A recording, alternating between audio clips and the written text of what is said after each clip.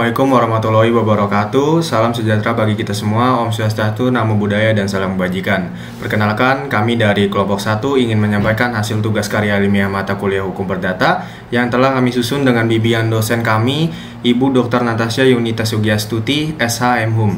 Adapun judul karya ilmiah kami adalah analisis hukum perdata terhadap putusan perceraian nomor 98 Perdata Gugatan tahun 2021 Pengadilan Negeri Sorong.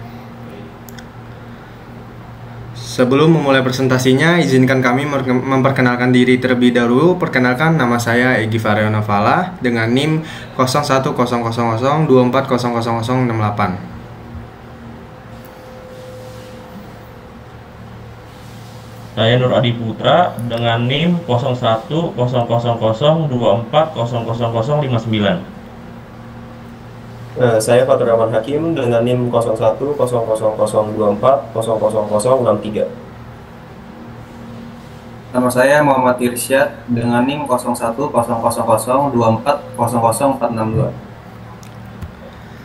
Ya, tanpa berlama-lama lagi, mari kita mulai presentasi ini dengan pembahasan yang pertama, yaitu abstrak. Penelitian ini mengkaji putusan Pengadilan Negeri Sorong nomor 68 Perdata Gugatan tahun 2021 mengenai perceraian antara Yulita Kinho dan Martinus Apoki. Tema yang diangkat merupakan perceraian akibat perselisihan terus-menerus, tindakan kekerasan dalam rumah tangga, serta pengabaian kewajiban suami. Permasalahan utama adalah ketidakharmonisan hubungan suami istri yang mengakibatkan ketidakmungkinan mempertahankan keutuhan rumah tangga.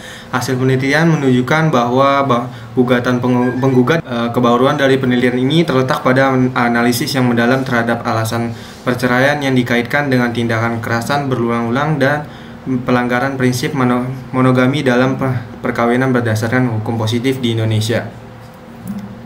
Selanjutnya, pendahuluan. Perceraian merupakan berakhirnya ikatan perkawinan yang sah menurut hukum melalui putusan hakim di pengadilan setelah memenuhi syarat-syarat yang telah ditentukan oleh peraturan perundang-undangan. Dalam KUHP Perdata terdapat sejumlah alasan yang dianggap cukup kuat bagi seorang suami atau istri untuk mengajukan permohonan perceraian ke pengadilan.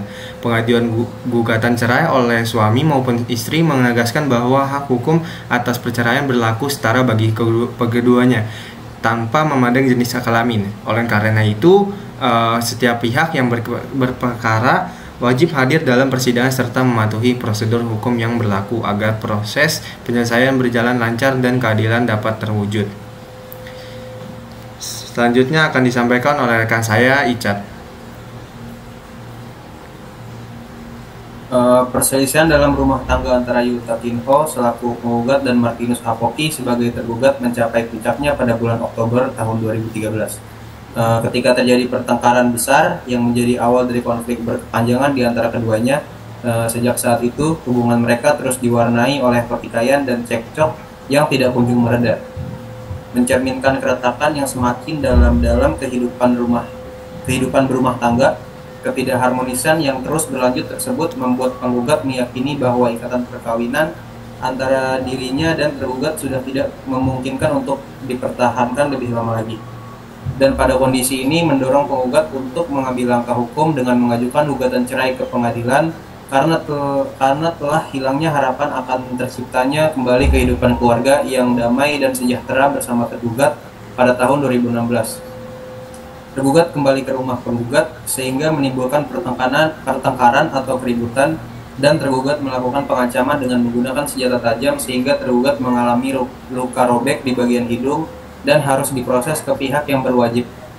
Lalu sampai saat ini tahun 2021, penggugat tidak lagi bertemu dengan tergugat sehingga penggugat melakukan proses hukum untuk melakukan perceraian dengan tergugat.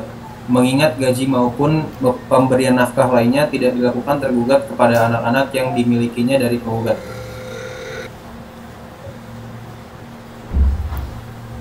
Lalu di sini ada posisi kasus.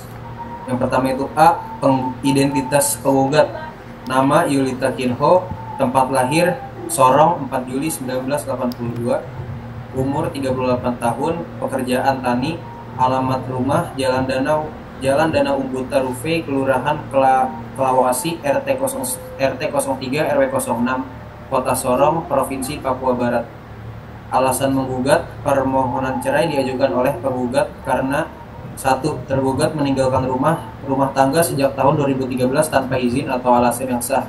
Yang kedua, tergugat menikah lagi dengan perempuan lain secara diam-diam tanpa persetujuan dari penggugat, melanggar pasal 3 ayat 2 UU Undang-Undang Perkawinan Nomor 1 Tahun 1974. Yang ketiga, penggugat mengalami kekerasan dalam rumah tangga atau KDRT baik fisik maupun verbal oleh tergugat. Lalu yang C, bukti yang dilampirkan. Dalam proses persidangan, penggugat telah mengajukan sejumlah alat bukti berupa dokumen tertulis yang seluruhnya merupakan salinan fotokopi yang telah dicocokkan dengan dokumen asli. Yang D, saksi.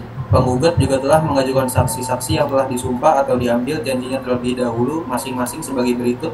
Yang pertama ada Lydia Ajambuan.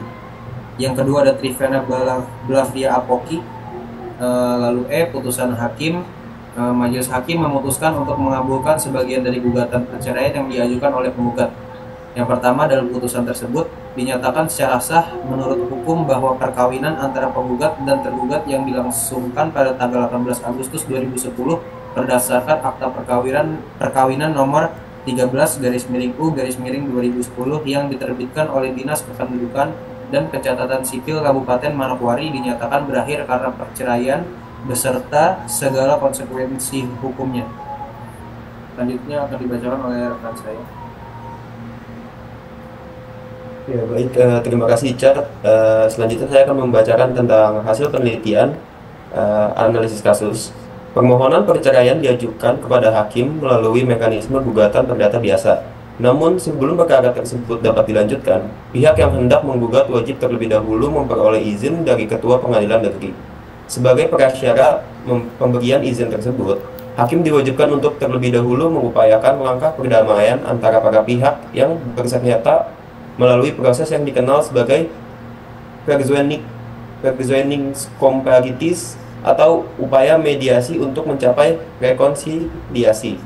Dalam kasus perceraian antara Yulini Takinho dan Martinus Apoki, terdapat beberapa faktor yang menyebabkan perkawinan mereka tidak dapat dipertahankan, termasuk perselisihan yang berkepanjangan.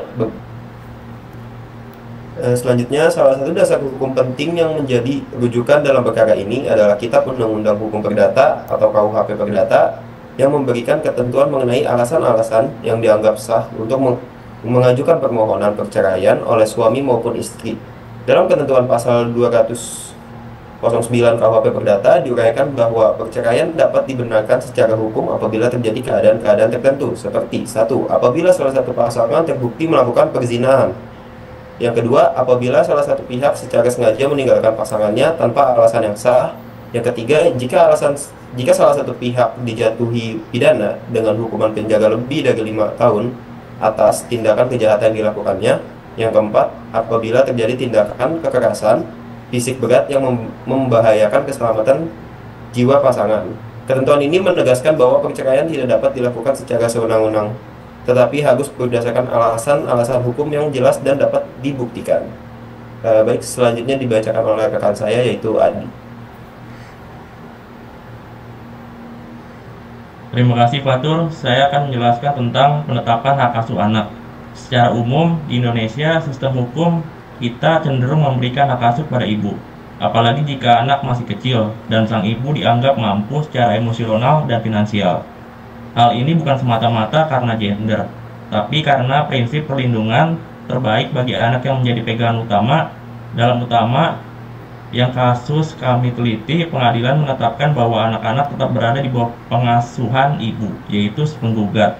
Hal ini menunjukkan bahwa hakim mempertimbangkan kenyamanan, keamanan, dan kelangsungan hidup anak secara serius sebelum memutuskan. Jadi kita bisa lihat bahwa hukum tidak melihat masalah suami istri, tapi juga menjamin hak-hak anak tetap dilindungi setelah perceraian. Next slide. Khususnya dalam hal nafkah, untuk anak-anak itu tetap menjadi tanggung jawab pihak yang berkewajiban. Dalam hal ini, biasanya ayah, kalau misalnya pihak tersebut tidak menjalankan kewajibannya, maka bisa dituntut secara hukum berdasarkan konsep one prestasi. KUH Perdata sudah mengatur soal ini dalam pasal 1243 dan 1244. yang intinya membahas ganti kerugian akibat tidak dipenuhinya suatu perikatan. Jadi meskipun pernikahan bubar, perikatan hukum yang timbul selama perkawinan tetap bisa ditagih. Ini juga menjadi pengingat bahwa hukum kita cukup tegas dalam menjaga keadilan setelah perceraian.